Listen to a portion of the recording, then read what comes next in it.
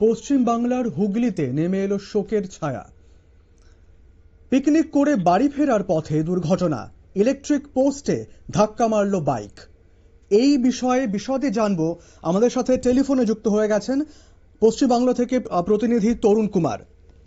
জানবো বিশদে তোমার কাছ থেকে। প্রথমেই জানাই যে গতকাল গভীর রাত অর্থাৎ রবিবার গভীর রাতে পিকনিক করে বাড়ি ফিরছিলেন দুই যুবক, যার মধ্যে একজনের বয়স হচ্ছে 23 বছর রোহিত সিং এবং অপরজন হচ্ছে রাজা প্রসাদ, যার বয়স হচ্ছে 27 বছর। তারা দুজনেই কিন্তু চাকরি করেন এবং তারা গভীর রাত যখন ওই পিকনিক থেকে ফিরছিলেন সেই সময় মর্মান্তিক পথ দুর্ঘটনা হয়। তারা রাস্তা ধারে ইলেকট্রিক পোস্টে ধাক্কা মারে এবং সেখানে ঘটনাস্থলে কিন্তু তাদের মৃত্যু হয়। ওখান থেকে স্থানীয় বাসিন্দারা প্যান্ডেলের দিকে তারা আসছিলেন, সেই সময় সেই ঘটনাটা ঘটে এবং সেই সময় তাকে এই ঘটনা ঘটার পরে কিন্তু স্থানীয় বাসিন্দারা তাকে চিকিৎসা করার জন্য এবং হাসপাতালে নিয়ে যাওয়া হয়, কিন্তু তাদেরকে মৃত বলা হয়। যেটা পুলিশ সূত্রে আমি জানতে পারছি যে তারা রোহিত এবং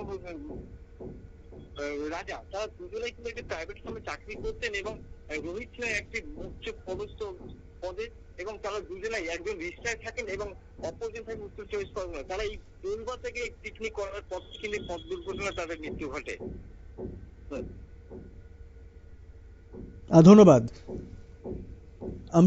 আমরা শুনলাম ইলেকট্রিক পোস্টে ধাক্কা মারলো বাইক এবং তার ফলে ঘটনাস্থলে মারা যান পিকনিক করে বাড়ি ফেরার পথে সেই দুর্ঘটনায় সেই দুই যুবক।